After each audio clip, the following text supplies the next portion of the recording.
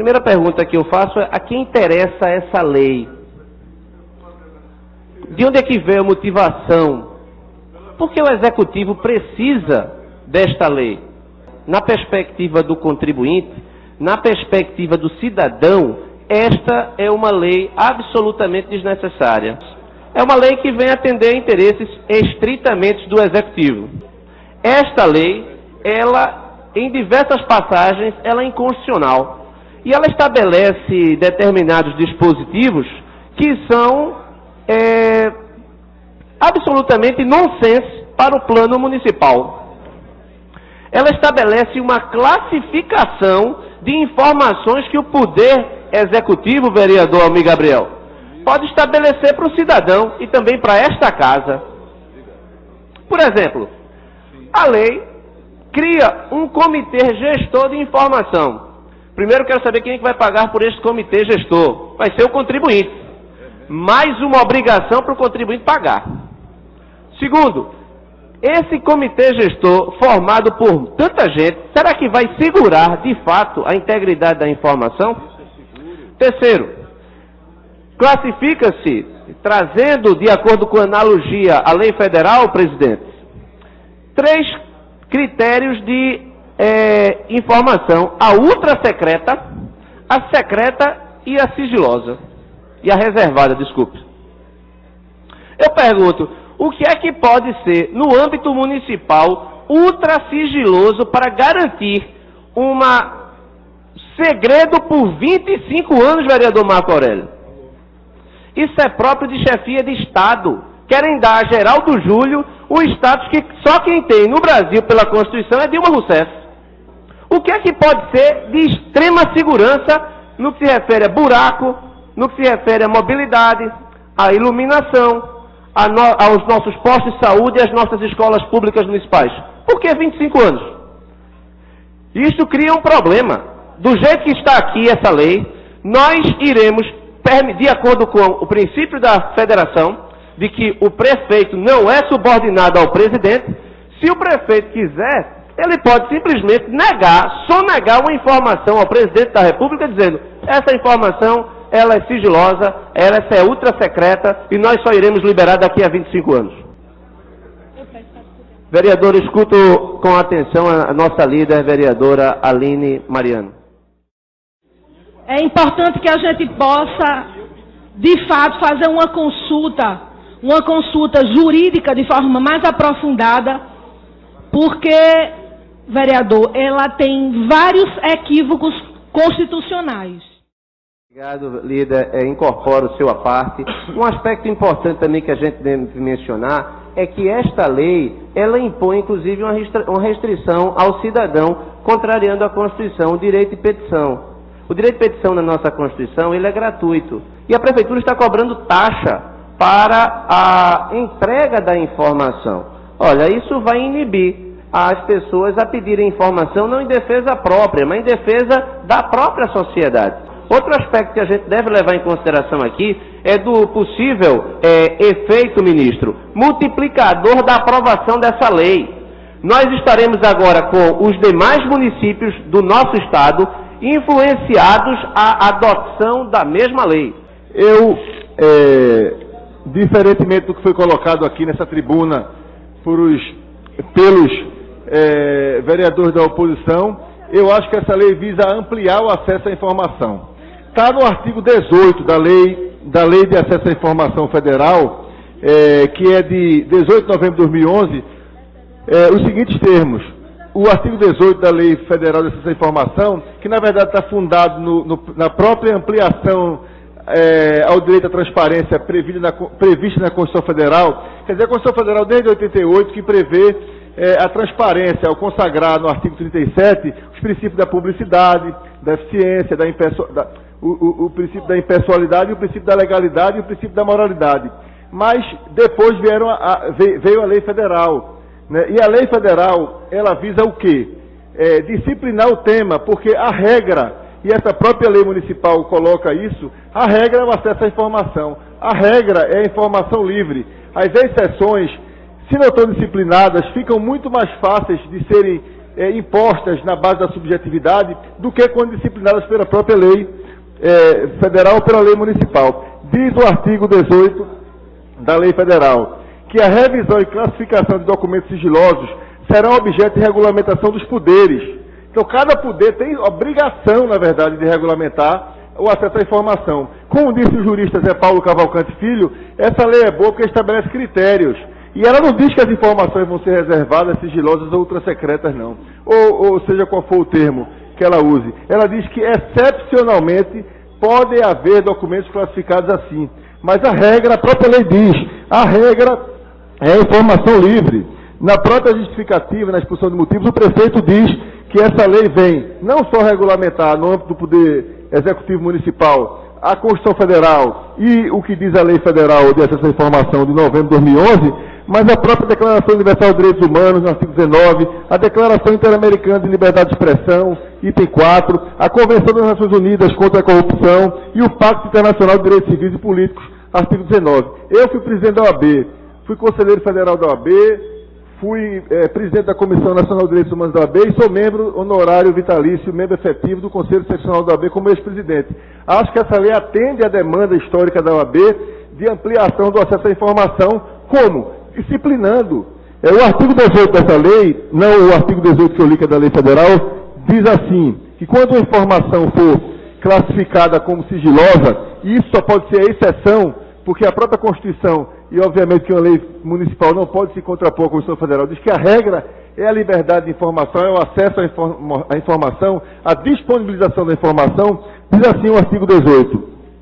A classificação da informação sigilosa será devidamente justificada, devendo conter, no mínimo, o ato que negar a informação ou que classificar a informação como sigilosa.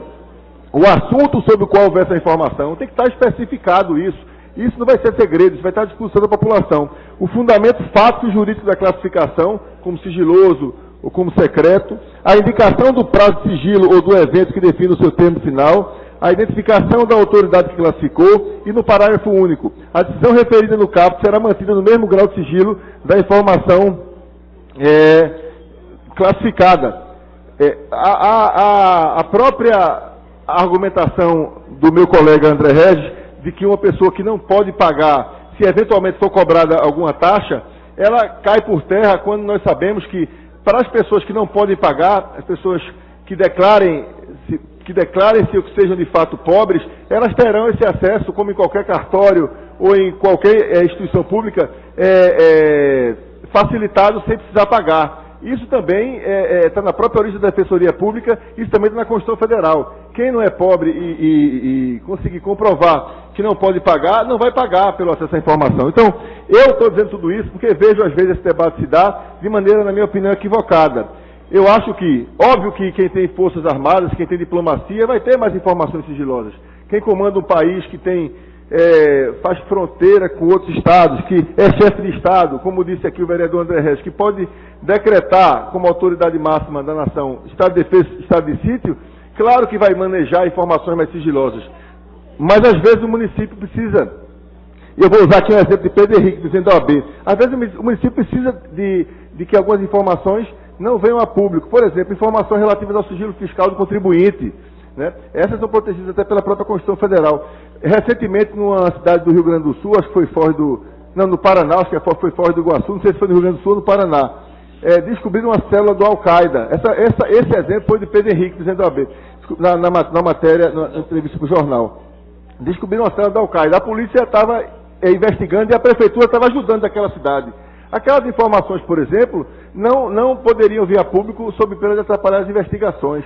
E aí tem outros exemplos, mas eu quero dizer aqui, até por minha formação, que não poderia pensar diferente. A regra é o acesso à informação. E essa lei visa disciplinar essa regra, visa disciplinar com objetividade essa obrigação do Poder Executivo Municipal, mas o acesso pleno às informações. Visa dar mais transparência, na minha opinião. E para isso é importantíssimo sua regulamentação também. E eu já disse ao prefeito que quero participar dessa regulamentação para levar essa experiência que eu tive na OAB. Portanto, eu me sinto muito à vontade de apoiar essa lei, porque acho que ela é um instrumento que todos os municípios têm a obrigação de editar, todos os estados, salvo engano, o estado de Pernambuco já editou a sua lei de acesso à informação, e está previsto essa recomendação na própria Lei Federal de Acesso à Informação. Vocês querem uma parte? Gostaria. Pois não. Ouço com prazer o vereador André Regis. Se qualquer cidadão, mesmo não pobre, ele quiser obter a informação da prefeitura para defender não ele próprio, mas a sociedade, ele vai ter que arcar com o ônus. Isso não é correto. É gratuito no sentido, é a mesma coisa da lei de ação popular, que é gratuita para qualquer um, pobre ou não. Ou seja, se eu estou defendendo a sociedade, por que eu vou ter que arcar com este ônus? Eu não estou defendendo interesse próprio meu. Esse é um primeiro ponto. Quanto à questão do exemplo dado sobre a Al-Qaeda, vamos seguir essa linha de raciocínio. Suponhamos que o prefeito Geraldo Júlio obtenha informações, não sei como, de que aqui existe uma lei, aliás, existe uma célula da Al-Qaeda.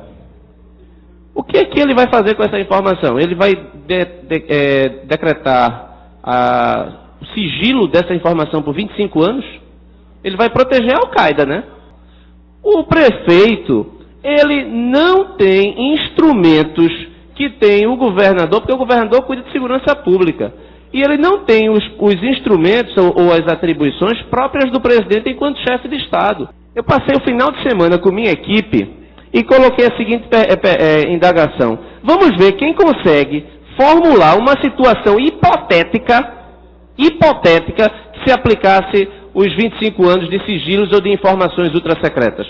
Eu posso dizer a Vossa Excelência que ninguém trouxe um exemplo que fosse factível. E o que foi trazido à tribuna, a questão da Al-Qaeda, eu acredito que vai contra a lei e não ao seu favor.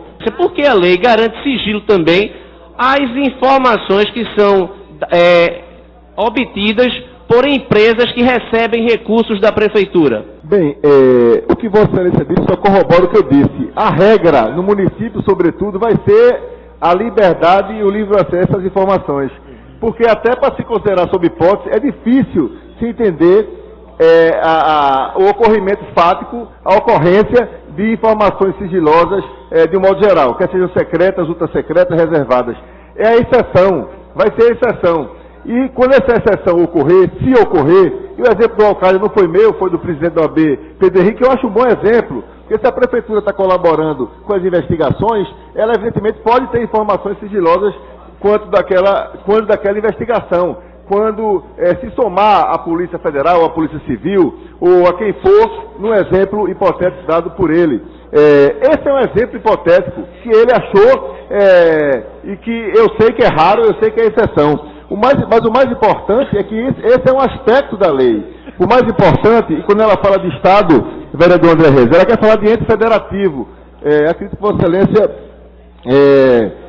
quis se referir ao Estado Federal, mas no meu entendimento ela quer se referir ao Estado ente federativo, que pode ser o Distrito Federal, os municípios, os Estados-membros e a União Federal. Então, falar de Estado em relação ao município, se entendendo como Estado ente federativo, não está errado. Né? Afinal de contas, o poder municipal faz parte do Estado, né? Não é do Estado-membro, mas faz parte do Estado. O artigo 37 da Constituição Federal diz que qualquer ato administrativo tem que ser motivado, senão ele é nulo, ele é inconstitucional. Essa é a base para se entender que essa lei disciplina o acesso à informação, e por isso é uma lei que amplia a transparência. E a base para dizer que só vai ser exceção, e vai ser exceção mesmo, a classificação como documento sigiloso. Eu acho que dizer que a prefeitura só cuida de buracos também é diminuir, é reduzir o alcance do poder municipal, é reduzir a importância de um município como Recife, que é a capital. Eu acho que Recife, nas suas atribuições quanto ente federativo, tem inúmeras e profundas intervenções que lhe são cabíveis, inclusive na área de direitos humanos, inclusive na área de combate à violência, inclusive na área da promoção da paz e etc. E para terminar, e antes de ouvir minha querida colega e amiga vereadora Priscila Krause, com muita alegria, e a Aline e depois André, eu quero dizer que, como prova, e eu acredito sinceramente, da postura transparente do atual governo municipal, nós temos mais dois exemplos. O portal da transparência, onde muitos aqui, inclusive da bancada de oposição, têm tirado dados para fazer críticas, e é assim mesmo, tem que ser assim. Outra iniciativa importante, a ausculta do Pacto pela Vida. Foi feita uma audiência pública e uma ausculta pública posterior para ampliar os efeitos da audiência pública por um bom tempo, para que todos, sociedade organizada e as pessoas individualmente, pudessem opinar sobre o Pacto pela Vida. E os projetos privados, os grandes empreendimentos que estão aí ocorrendo na cidade, como o Novo Tempo da Assembleia de Deus, como o projeto da Arena do Esporte, esses estão e estarão disponíveis cada vez mais na internet por determinação do prefeito e do secretário João Braga. Mas eu ouço a vereadora com muito prazer, Priscila Krause. Existem aí duas preocupações. Uma em relação ao acesso do cidadão à informação, que eu acho que essa precisa de um foco especial. Eu acho que o vereador André Regis tratou de forma exemplar e precisa em relação a isso, mostrando as incongruências da lei. E tem um outro aspecto que é em relação ao acesso às informações por parte de nós, vereadores. O artigo 39 da Lei Orgânica, ele diz o seguinte: os vereadores são invioláveis por suas opiniões, palavras e votos, no exercício do mandato e na circunscrição do município, podendo, no exercício de sua atividade fiscalizadora, ter acesso às repartições públicas, seus documentos e as informações relevantes no interesse do município. Priscila Krause, eu penso, primeiro eu agradeço a parte que foi muito enriquecedor para o debate e para a minha fala aqui, para a minha intervenção, e digo que eu concordo em gênero, número e grau com Vossa Excelência quanto à prevalência, digamos assim, a convivência harmônica com a prevalência, no caso, do artigo 39 da Lei Orgânica. Portanto, eu acho que essa lei não vai prejudicar em nada, pelo que eu acabei de dizer, o acesso às informações por parte dos vereadores de oposição. Pelo contrário, vai facilitar. Porque, como disse de novo o jurista Zé Paulo Cavalcante Filho, essa lei não revogou o Poder Judiciário.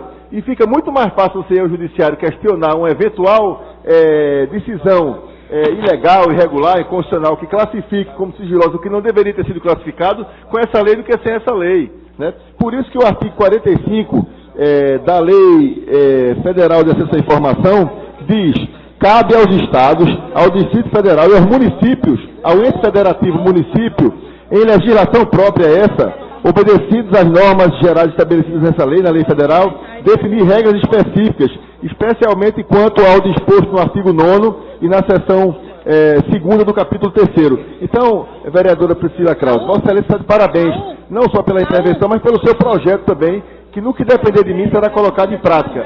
Viu, vereadora Priscila? Esse é o projeto que estabelece que as placas devam ser apostas nas repartições municipais, conta com o meu apoio. Eu vou defender... Eu sei, eu vou defender a aplicabilidade, eu vou defender a efetivação dessa lei, a colocação em prática, né? Enfim, a colocação das placas. E quero dizer que eu serei o primeiro a vir a essa tribuna defender o direito dos vereadores de oposição, se essas informações, como Vossa Excelência citou, contratos administrativos, editais de licitação, forem negados aos vereadores de oposição. E digo mais, esse é um caso que não é informação sigilosa. Contrato administrativo, edital de licitação, são informações públicas. O município, nem o Estado, nem a União pode negar cópia de edital de licitação, nem cópia de contrato administrativo, como referiu-se aqui adequadamente a vereadora Priscila Krause. Presidente, para discutir a matéria. Eu não sei se eu tenho tempo para conceder a parte. Obrigado. Desculpe. Eu queria lhe ouvir, vereadora Aline Marino, queria ouvir também o vereador André Regis, mas... infelizmente, o tempo de Vossa Excelência acabou. Obrigado a todos que me apartearam. Em aspectos essenciais, nós estamos dando um salto para trás em termos de acesso à informação e, pasme, Almir, pasme, também essa própria casa, que tem as suas garantias, que tem os seus direitos lesados de uma forma irreversível. Mas eu ouço aquele que hoje suscitou esse debate, em boa hora, que é o meu companheiro, estimado, vereador André Regis. Pois não, ouço Vossa Excelência. Muito obrigado pela gentileza do aparte. Eu escutei aqui a palavra exceção ser colocada várias vezes. Ministro, sempre a democracia vai embora pela exceção. Nós precisamos robustecer a democracia e não fragilizá-la. Foi mencionado também a oposição. Nós estamos discutindo uma lei que é para sempre, ou até que ela venha a ser revogada, ou declarada inconstitucional. Nós não estamos aqui fazendo uma lei para a gestão geral do Júlio. Quem garante que nós seremos oposição daqui a pouco? Todos nós aqui, independentemente de sermos pontualmente da oposição ou do governo, estamos defendendo este poder contra o absurdo de uma lei desnecessária. Outro argumento que eu escutei atentamente foi o de que o Poder Judiciário, já que serão suscitadas questões ao Judiciário, o Poder Judiciário terá a oportunidade de se debruçar sobre o problema. Ora, justiça custa muito caro, vereador Almir Fernando. Justiça custa muito caro. E outra coisa, custa caro para quem vai levar também. Imagine, é de graça você entrar com uma petição? Quem vai pagar as custas? Quanto tempo vai se dar aquele processo? Quem contratará o advogado? Então, forçar o cidadão a ir pedir o abrigo do Poder Judiciário é uma estratégia que parece que está evidente aqui.